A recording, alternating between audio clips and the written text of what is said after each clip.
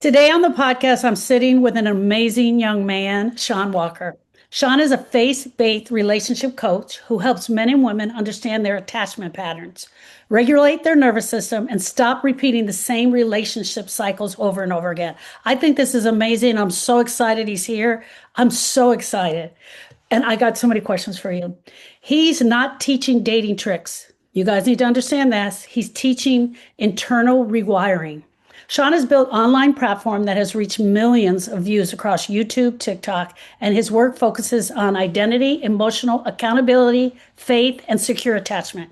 He helps people understand why they keep choosing the same kind of partner, why intensity feels like love, and survival patterns keep sabotaging the very connection they say they want.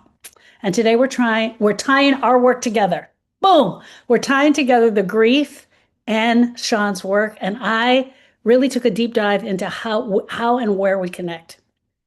Because unprocessed grief doesn't disappear. It shows up in attachments. It shows up in fear of abandonment, in shutting down, and it shows up in clinging to what you really want. If you've ever wondered why you keep picking wrong, why love feels exhausting, then you're in the right place. You are absolutely in the right place. Sean, welcome to the Grief School podcast. Hey, what's up, Sharon? It's so awesome to be here. That was an awesome introduction, first and foremost. I appreciate that a ton. Uh, it's not to say that I come across those as often, not to say it's needed or expected, but it's nice. So I appreciate it a ton. It's awesome to be here. I did some homework, and after Hey, I meeting with appreciate it. you and sitting with you, I was like, oh my Yeah. gosh, I got to make this really pop. So I'm so excited Oh, because I'm really encouraged about what you do. And it's such a needed work out there. I think so much. And my first question to you is this. Do you feel like you do more with women or men or both?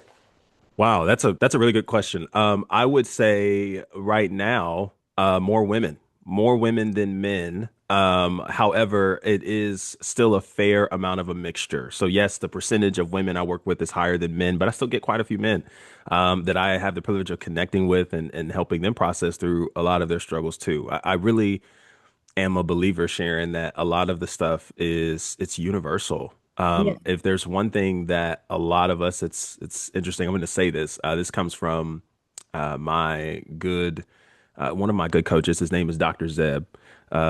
He is across all platforms. Dr. Zeb Tally the third. If you guys want to check him out on any platform, he says there's two things that connect people universally: pain and healing. And I think that is something that I've seen more and more in my own work, especially when it comes to relationships. And regardless of the gender, regardless of where you are, pain has been experienced and healing is needed. And the direction and process that's required can look different for others depending on where you are. But it all connects in some way. So hopefully that answered your question. But yes, both men and women, but more women than men. So powerful. So powerful. Yeah. Okay, here's where I'm going to connect the grief. So you tell Okay, me what go you think. for it. Let's cook. Okay, so it's what happens in your body and your mind when love no longer has a place to land. So for me, when I'm dealing with someone who has had a loss due to death, their love has nowhere to go. When you're dealing with someone that's having a struggled relationship or a breakup of a relationship, their love has nowhere to go. So it's not just sadness, it's a reaction to the attachment of being broken. We're both describing the same injury, just like you just said. Love, Yeah, love and yeah. healing, right? So you call it attachment issues. I call it grief, right? Hmm. Hmm. Grief is what happens when the bond is threatened, broken, and never safely formed. Attachment Yes. says, I need connection to feel safe. So in grief, they no longer have it due to death, but in a breakup, they're saying, I still need this. Same thing in grief, right? Yeah, yeah. No, I love that. I love that. So I thought that was so cool that we could bring those both together. Okay, so here's my first question for you. Do you think people separate from grief and attachment when they're actually connected? So, do you think people separate their grief and their attachment when they're actually struggling? Do you think they call it Mm. grief? Do you think they see it as grief? That's such a great question, Sharon. To be honest, I don't think they do see it as grief. What I do think they see it as is for depending on who you're connecting with.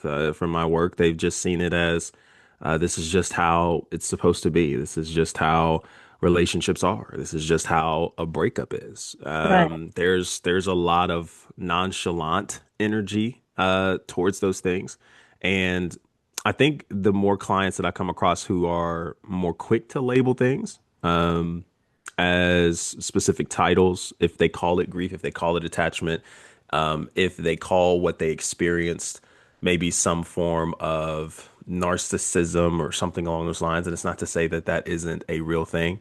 I've learned from my clients and just from my data personally, uh, there's some clients that come in and they're very over identified with specific labels, but it's all kind of serving as a cover up to deal with emotions. So it's easier for me to go and figure out, well, why did this person do this? What is their nervous system like? What is their behaviors like? And maybe what does it connect to? Are they avoidant? Are they anxious?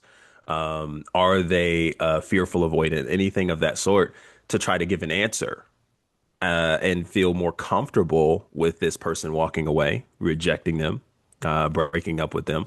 And it's all a disguise to just simply keep them from feeling specific emotions. And I think as a result, that can create the conflation between grief and attachment, where they don't separate the two. And because they don't separate the two, or they don't view it as grief, or maybe they don't even view it perhaps as an attachment, depending on the lane that they're in, it just leads to them kind of trying to figure things out on their own as a form of closure. I love it. I love it. Yeah. Oh, so I have a two-part question that wasn't even, Yeah. I'm going to ask Go this. for it. How do you give the definition for attachment? So if someone were to say, if someone's listening and they're like, oh, that's me, what is it? What do they need to know? Yeah. So an attachment is okay. So I'll go this route. Because essentially when we're talking about attachments, we're referring to attachment styles. Right. Styles. And Okay. so an attachment style is simply the way to simplify it, the expression or way one loves or learn to love. Okay. This goes back to early development stages between 2 to 9 years old, roughly.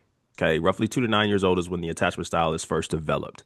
And it can happen in a variety of ways. Your parents could be well-meaning, could be loving, and yet due to perhaps areas of neglection, areas of missing, because no parent is perfect, no parent does it all right, at all at any given moment. It can develop in the child anxiousness, which would form anxious attachment, avoidant, which is more so just suppression. I'm just going to run from different feelings and thoughts, suppress them. I don't want to talk about it. I don't want to address it. Or perhaps a child could grow up and become secure, depending on how the interactions and behaviors are with their parents. It's typically a reflection of your relationship with your parental or caregivers that later on will reflect into your adult love life because it all plays a role Yeah. sequentially from the time of ages 2 to 9 to your early adolescence, early childhood to later adolescence that then leads to early adulthood and beyond. So, which is a great definition, but one of the questions Sure. I had here is when someone loses a parent or a spouse at an early age in life, it shows up also as an attachment style to later dating life. It can. Yeah. And what's interesting about the grief, and I definitely want to hear your thoughts on it as the grief counselor you are, and I would love to hear them. I think when it comes to grief, absolutely. And it's not even necessarily just so much, at least from the data that I've had, from losing a parent to death. Yeah. The clients that I've had so far, their parents are, as much as I've come to recognize, they're still alive, but they either do not have access to them, they did not have access to them, were not having a healthy relationship with their parent, and so it's really grieving someone who's living but Yes. wasn't there and wasn't connected to them. And so it absolutely shows up in a form of attachment through later adult relationships. And it can look like for let's say, someone who has an avoidant attachment. Okay. So, Yeah. avoidant attachment, I always kind of give the picture between anxious and avoidant. If you guys watch Looney Tunes at any given moment, okay, the cartoon Coyote and Roadrunner, right? Yes. So the Roadrunner is constantly running, right? He's just going, and Coyote's constantly chasing. The Coyote would represent the anxious. The Roadrunner would represent the avoidant. And so the avoidant has a tendency to just keep running. Any conflict, any issue, instead of addressing it, staying in it, we're just going to avoid it altogether. It can look a variety of different ways: shutting down, moving nonchalant, acting as if you don't care. Very much childlike mannerisms that show up in those spaces. And so we're running. The coyote in an anxious is always trying to quickly cling and perhaps even try to, one way or another, immediately solve the issue, but not necessarily from a place of security as much as it is like, hey, what did I do wrong? Over apologizing. I want to be sure I can correct this because even if I'm not at the fault, I want to Right. apologize and make sure I can correct it. And so the funny thing about Looney Tunes is the coyote is always getting caught in acme. The Yeah. coyote is always getting caught up in some kind of mess, right? And so, but he never stops chasing. The Yeah. Roadrunner will come back around after it gets a little quiet, and he'll just show back up again, right? Ready for the Wow. chase. And that's what an avoidant does. An Yeah. avoidant oftentimes will run and run away, self-sabotage because they feel extremely smothered. Yes. And then when they no longer feel smothered, they're like, "Oh, I have a chance to breathe again." And then they'll start, "Oh, well, this might be what I really want. This might be what I really come back." So they'll come back to the person. They'll come back to the relationship after ghosting for like 2 weeks, after ghosting for Yeah. like 3, 4 weeks, right? It's just like the Roadrunner. So the coyote's like, "Oh, here's my chance again to catch them and prove them wrong."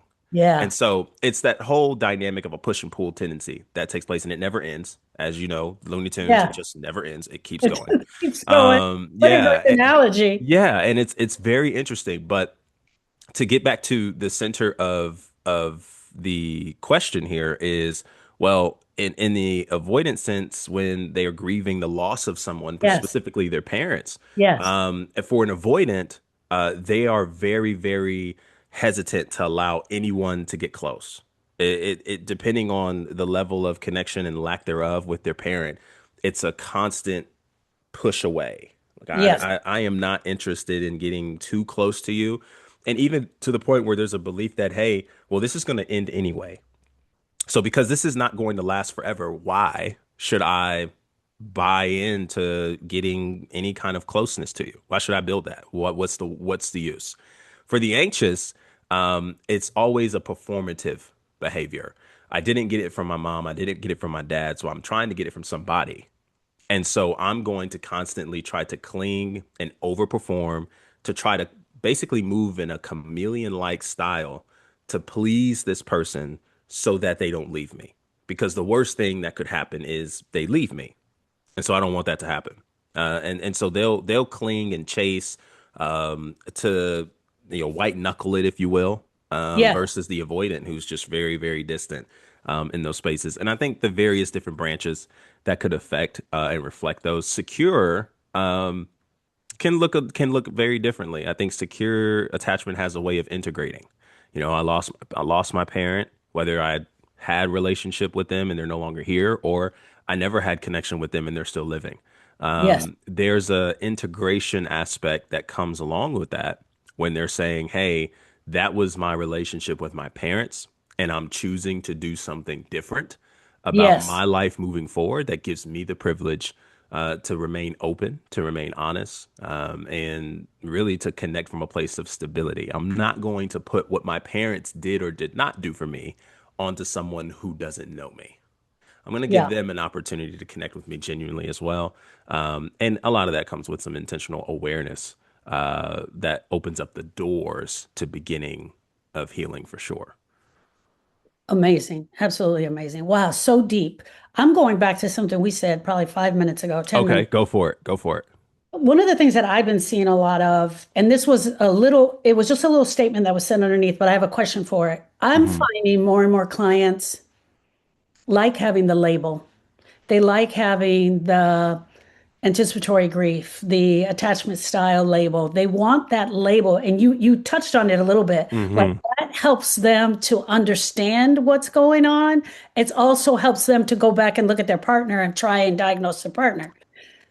It sometimes it just having the label takes the weight off their shoulders. I feel It like can. they're It like, can. finally something, somebody agrees with me. It's a label of something. Hmm. But some people live in the label, like they can't move past the label. Give me a little bit about that. What do you think about that? I find it Yeah. grief too, so I know you've got to be finding it here. Oh, absolutely. I've had the clients that I've had the privilege of working with so far and people that I've reached.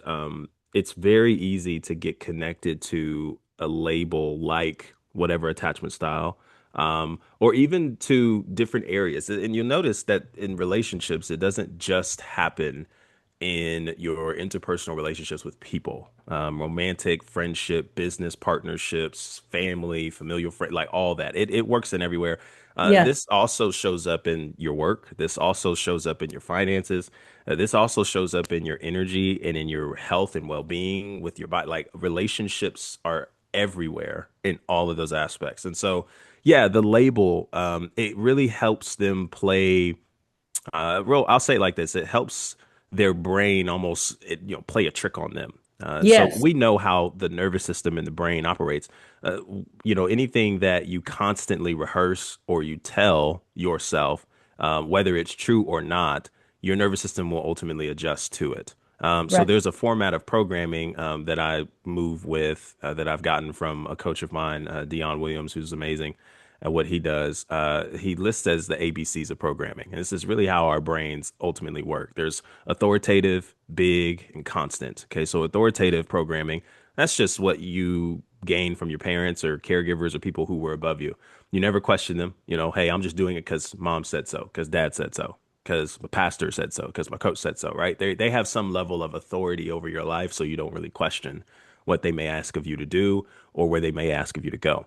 Then there's the big, and then that's the big or traumatic areas, right? So those are the moments where your brain takes a snapshot of a set experience, and based on that snapshot, you begin to respond differently. This kind of gets into the weeds of defining trauma and all those kinds of things, and maybe if Yeah, we come back to that, we can. But it's those big moments, okay? And then there's the constant, because there's constant messaging that you're rehearsing that's said repetitively. Some of those moments where you might ask somebody, man, where did you get that from? And they might respond, shoot, I don't know. It's just something I always believed. Right. Well, it's yeah, like, no, it's not that you always believed it. Well, it was just been said to you for so long that you've just grown accustomed to it, and integrated it. you've Mhm. integrated it. You've essentially said, hey, this is true, or at least this has to be true in the lens of the life I live. So when you think about all those three things in regards to programming, this clearly plays a role in some of the labelings and some of the identifiers, because we can easily over-identify with this stuff because it makes us feel comfortable. There's healthiness to the label because now I do have context. Yeah, Okay, yes, as you said, I'm not crazy. I see it. Like I'm not tripping. On the other hand, though, we can always move into an extreme where we live with the label, as you mentioned. And yes, so now, because I have language for it, I feel like I've healed. This yes, is where the brain starts playing a trick, right?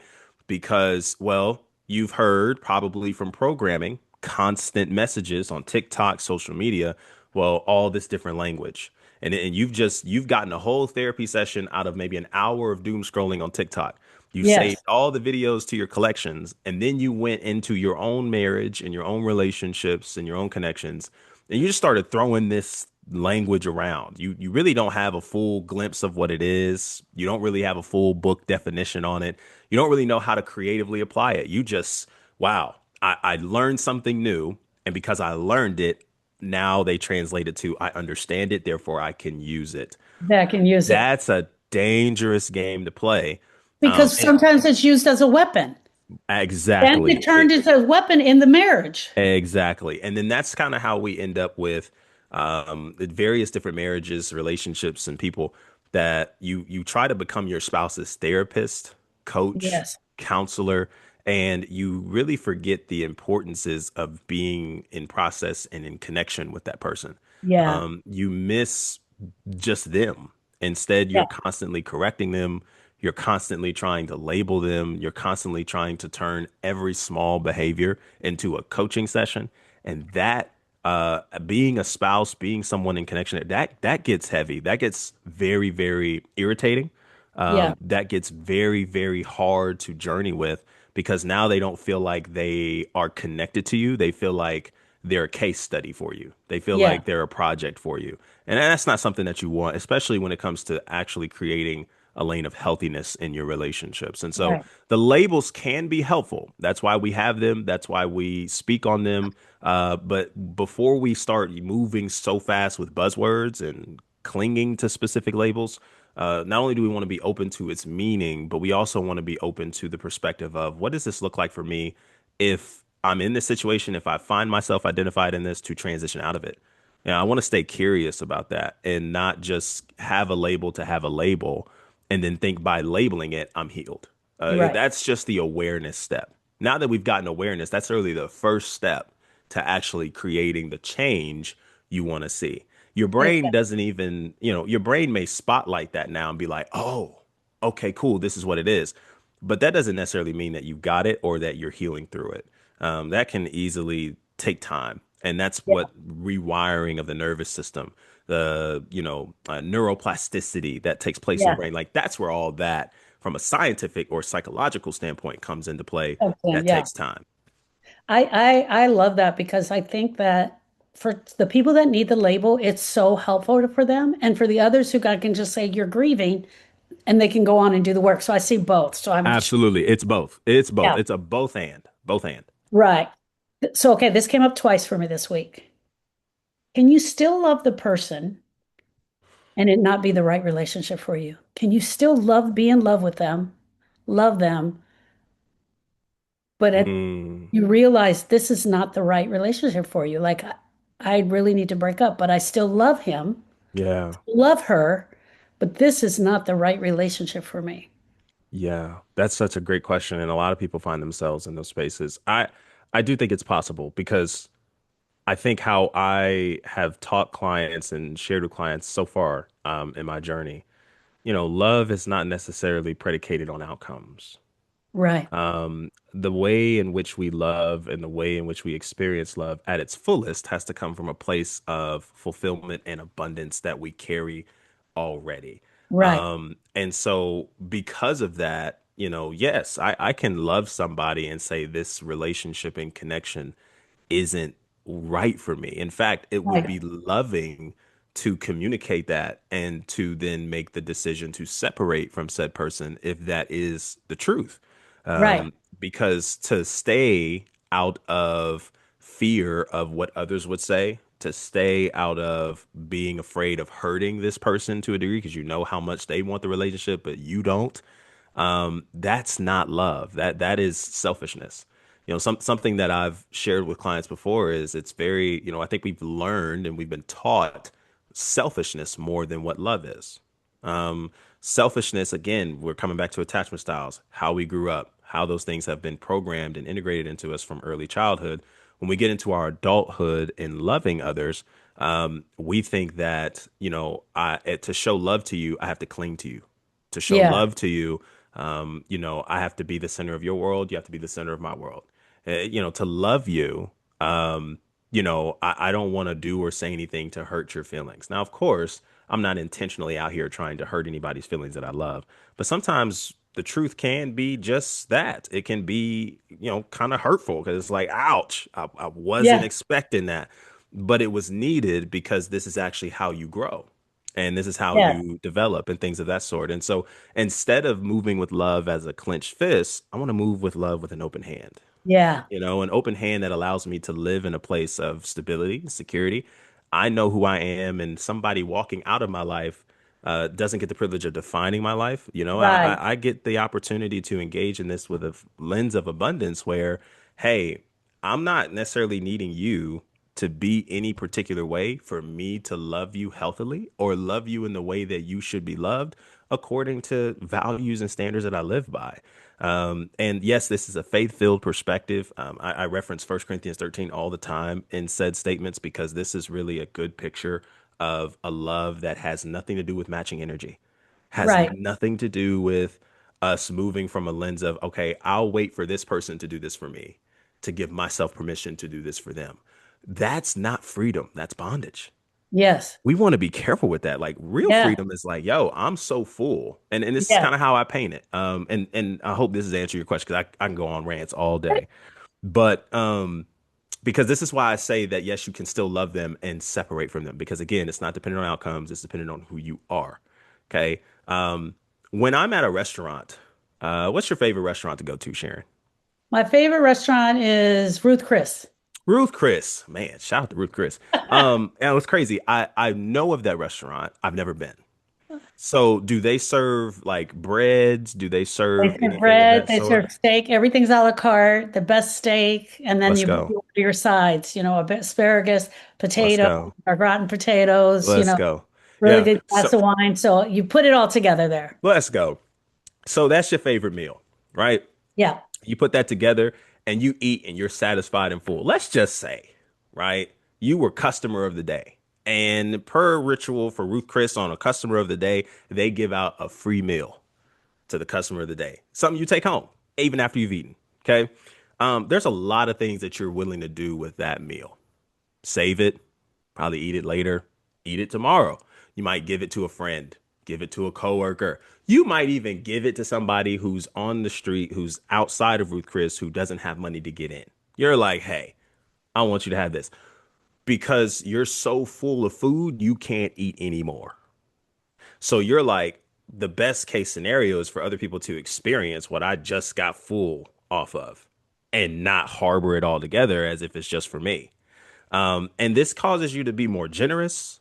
This causes you to be more fulfilling. This causes you to just move in abundance all together. This is what love should look like in our lives every day. Every day. Every day. It's like I'm so full of this that I do not need somebody to respond a specific way, stay a specific way. I don't need my external world to be really anything that other people may expect it to be for me to love healthily and from a place of fulfillment. And this gives me the privilege to say, yeah, I can still love you, care for you as a human being, want the best for you, and recognize in truth that we just don't work out together. Yeah. Yeah. Um, and I really do believe that when you get to that crossroads, many people might, well, if you love me, you stayed with me. Yeah. It's like, no, because I think that would be inauthentic. I think Yeah. that would be a reflection of misalignment, and I would be choosing to stay not out of love, but rather out of selfishness because I don't want to hurt your feelings or I don't want to be perceived a specific way. Because there's a lot of meaning and feelings at the crux of all that that a lot of people are afraid to address when it comes to those crossroad like decisions. And so I definitely think that can be a true statement made. Um, and at the same time, when there's a will, there's a way, right? Absolutely. When there's Yeah. a will to stay together, when you really desire to be with this person for who they are, not what they mean to you, not what they symbolize for you, but for who they are, I really do believe when there's a will, there's a way. And in the event that those things aren't together, there's no more will, or there's no more willingness, then we will always have a struggle there. And sometimes it comes to making those hard decisions. But you leave well and you leave from a place of love. You don't leave maybe from a place of selfishness or destruction along the way. I love that. I really love that because I recently, and more than recently, but I've come across where I've just asked the question, do you still love him? Do you still love her? And Mm, they're like, yes. And they don't realize that both things can be true. I yeah. can still love her, but I got to walk out the door. And that is absolutely okay. Or in my case, she was abusive. She had multiple affairs. She died, but I still love her, but I'm so also mad at her. Like both things can be true. Mm, Sometimes when we can figure that out, it makes a big difference. How does someone who's also struggling with their faith and their relationship, how does that work for you? Do you go after helping them rebuild their faith, or do you go after helping them with their relationship and then you intertwine the faith portion into it? And here's why I'm asking that. A yeah. lot of grievers come to me strong, strong believers. But now something happens to their child and now they start to question. So Mm. I would imagine in relationships, it's kind of the same thing can happen. We start to question our faith and that sort of thing. How do you approach a situation like that? No, that's a great question, Sharon.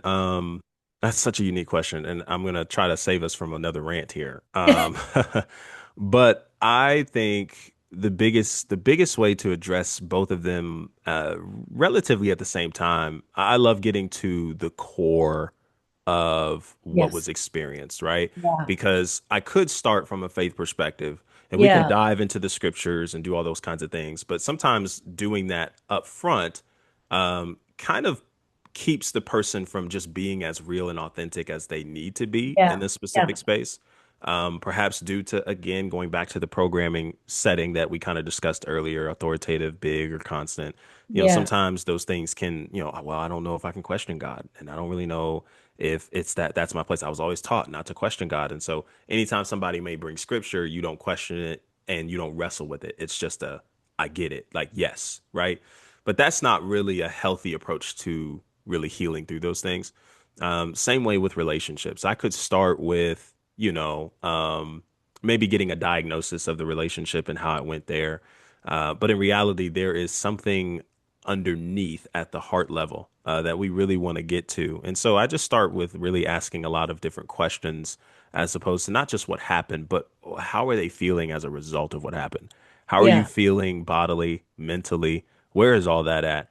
And really ultimately just getting people to the place where, well, our faith and relationships really intertwine um, automatically. Yes, there's a lot of intentionality that we want to engage with in those spaces that allows that nuance to breathe in a lot of different areas. But, I think your relationships can only be as strong as your spiritual foundation is.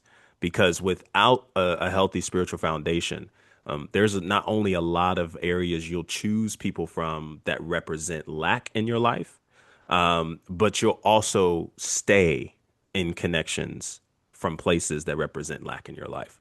And that, when we're talking about from a place of spiritual abundance and spiritual Yeah. foundations, yeah, that can be a shaky place. And especially when you talk about values, alignment, where you're choosing, how you're choosing. So I just like to get to the bigger crux. What are the beliefs? What are the Yeah. stories that you're telling yourself as it relates to this experience? That's a huge thing for me. I ask clients that all the time because believe it or not, the stories you've been rehearsing are a lot different than what the reality of it is actually presenting.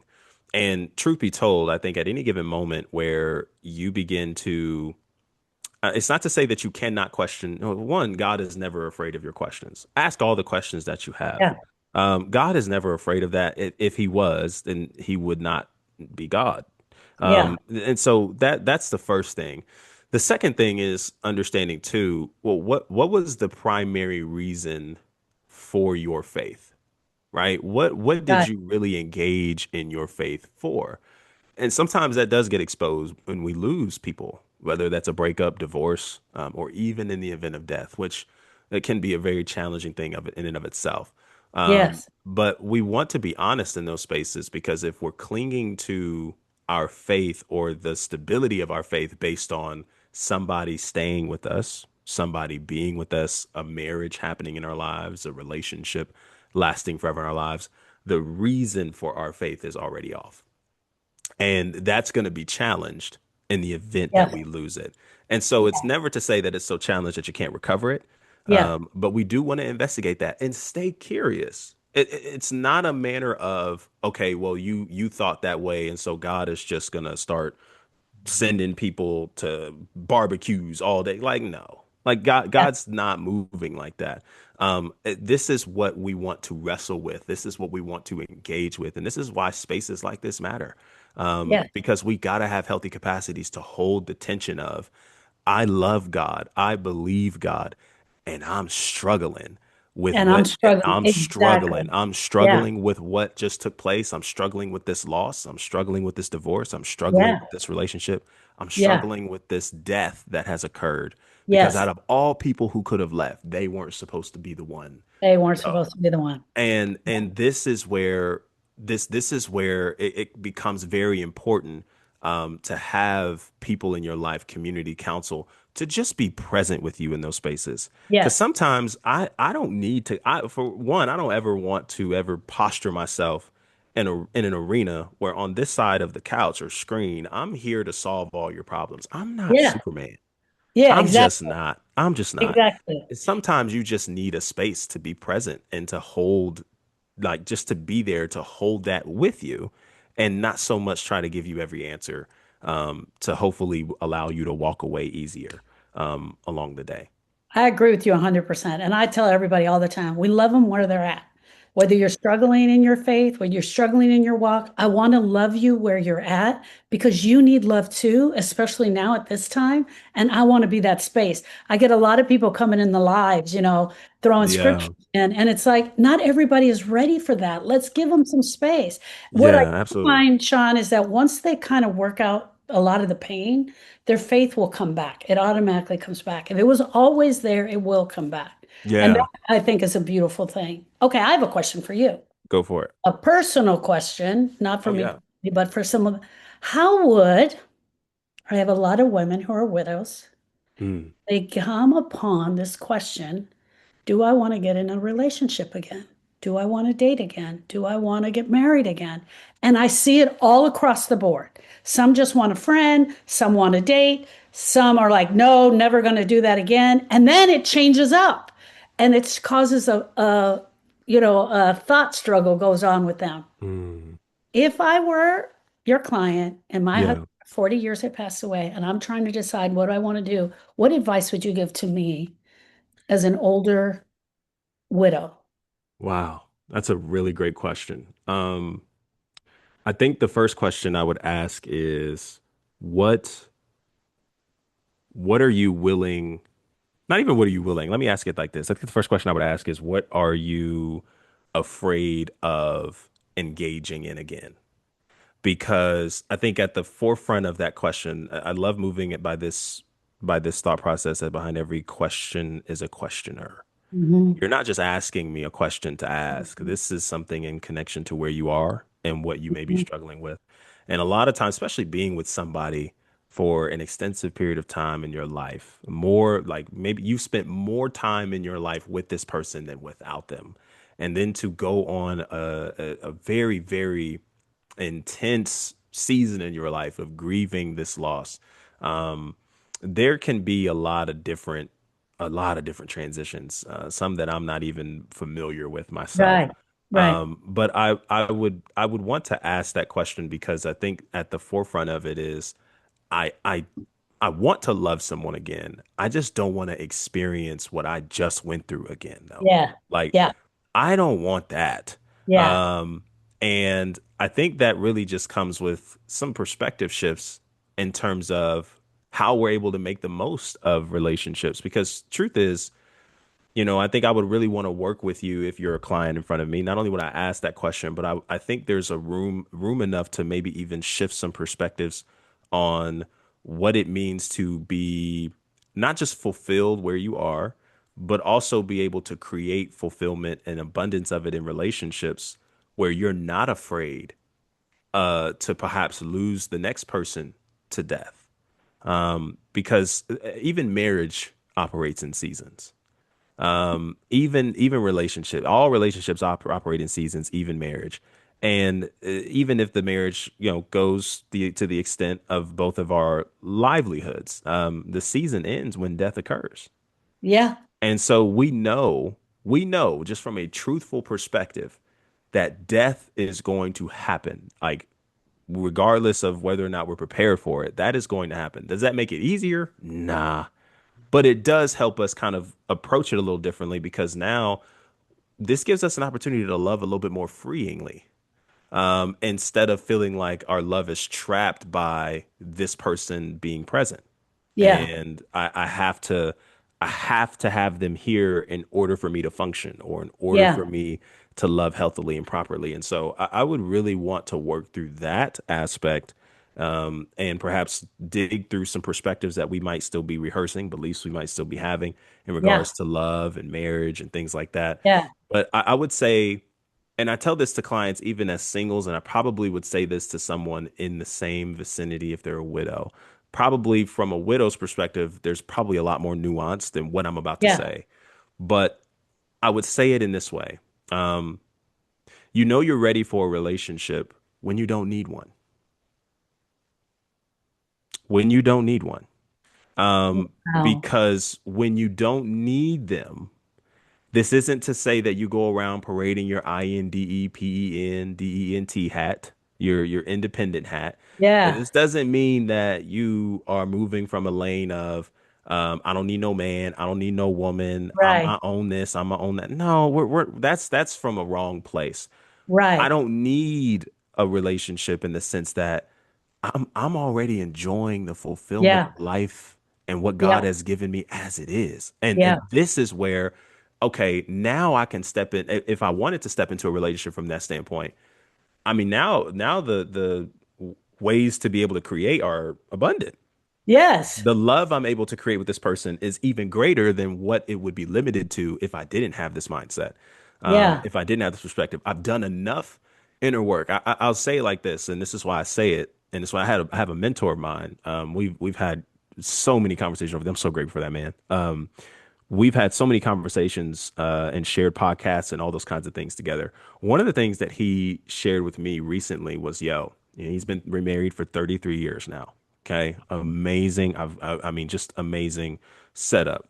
And he was like, man, if I was in this generation and I was dating, if I was, you know, born in this generation and I was dating or something along those lines, he said, man, the first thing I would do is I would spend a year getting therapy, coaching, counseling. I would just lay it all out there. I would just get some really good intentional healing work in to get some establishment, identify attachment styles, patterns, all those kinds of things.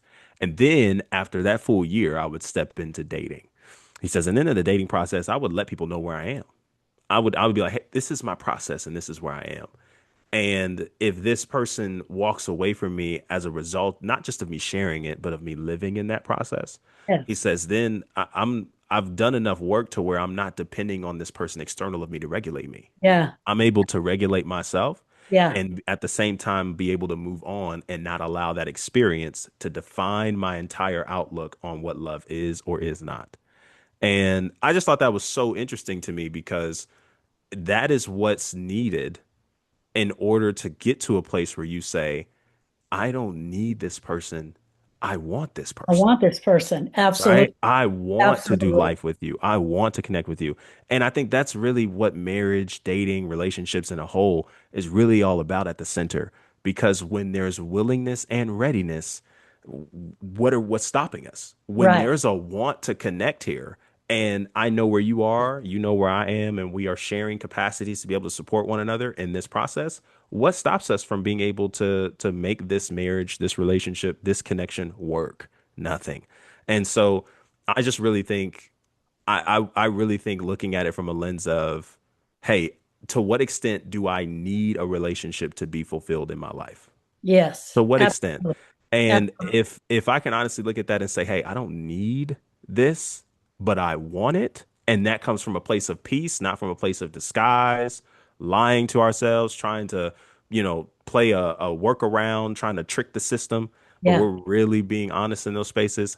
I think that's a healthy approach because outside of that, there's various different, you know, statements you probably could hear from all your relationship gurus and all those kinds of things. Oh, hey, this is when you know you're ready. Yeah. Like a boxer, I'll give another analogy here. Like a boxer, no boxer really admits that he's going to lose a fight Right. because he knows he'll have a chance as long as he stays in the ring, as long as he stays in the fight. And he's not just protecting himself, as many people in dating situations do today, right? I'm gonna do a lot of protecting myself, and I'm not gonna actually swing. I'm not gonna actually go into the fight and approach it and swinging don't look like literal, but asking questions, engaging, connecting with the person and in return. You know, hey, it's like instead of me just doing this and protecting myself, I got to give myself a chance to fight. And as long Oh, as I yeah. stay in that ring, I have a chance all 12 rounds to come out champion.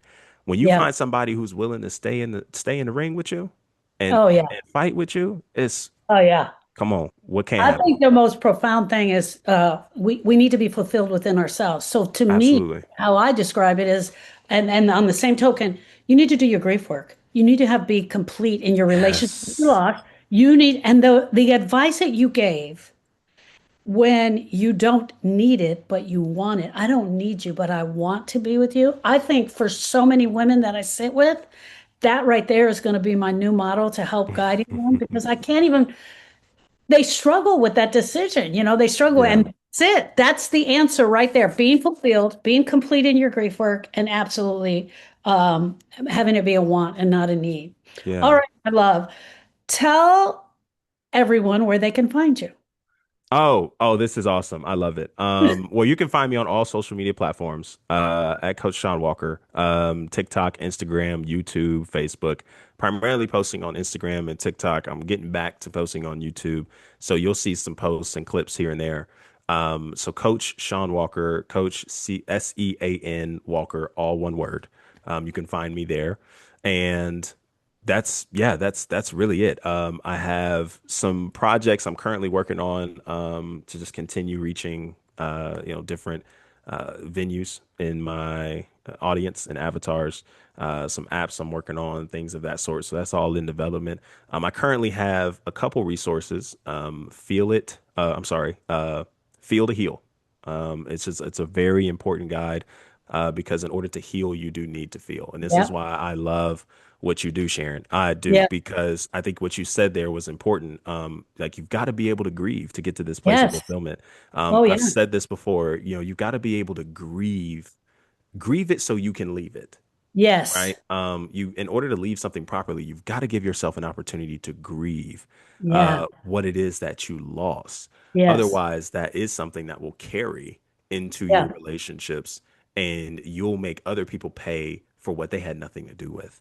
Absolutely. And at the soul level, like at this is what I tell clients all the time, at the soul level, that's really the issue. It's not so much the dating pool is so bad or so many less options. All those things can be true, but what I think is allowing us to not have as great of experiences in relationships because our souls aren't healthy. And if our Yeah, souls can get healthy, now we have a different leverage and advantage in all I relationships agree. possible. And so I just think imagine what your life could look like, what becomes available to you, when you actually engage in the soul level of your healing. It's insurmountable. And so yeah, find me on all platforms, Coach Sean Walker. Feel to Heal, which is an ebook guide that I have available.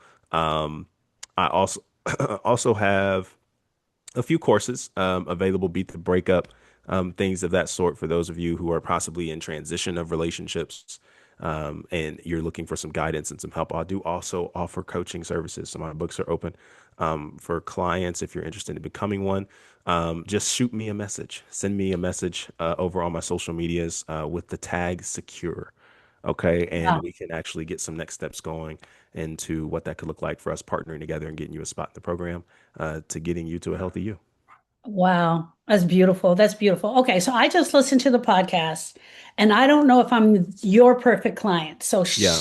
tell me who is she or he? Yeah, absolutely. So, listen, if you're wanting to work with me, you are a client who is dealing with a lot of various relationship failings and endings. Okay. Mm, A lot of breakups. Perhaps you've been married and divorced. Perhaps mm, you are in a space where you're constantly wanting to find security in your life, but you've been looking for it through the lens of marriage. Hey, once I have marriage, once I have a family, once I have this, then I'll be okay. When in reality, a lot of the things that you're looking for in that, at the bottom of it is a feeling. You want marriage to feel a specific way. You want family to feel a specific way. And you want this legacy that you're trying to leave behind to feel a specific way. Identify that. And now we're in an actual good place to make progress to helping you become secure. I'm talking to all the anxious ladies, even men. Okay, I work with men and women in those same spaces, but primarily so far women. Anxiousness. Okay, and you're tired of questioning if you're too much. You're tired of going through the cycles of wondering, hey, what is it about me that needs to change in order to get someone to stay? I'm tired of being somebody's great human being and not being someone's I want to marry you. Okay, if those languages sound familiar, it's because you have been leaning so much on your external life to bring fulfillment. when in reality, what you've been looking for externally has been internally this entire time. And when you access that, that's actually what makes the marriage you want more possible. That Wow. makes the marriage and relationships you want more reasonable. That's what actually allows life to become more and more fulfilling. Not from you having all the cars, the clothes, the houses, working your own, doing your own thing, Yeah. your own business.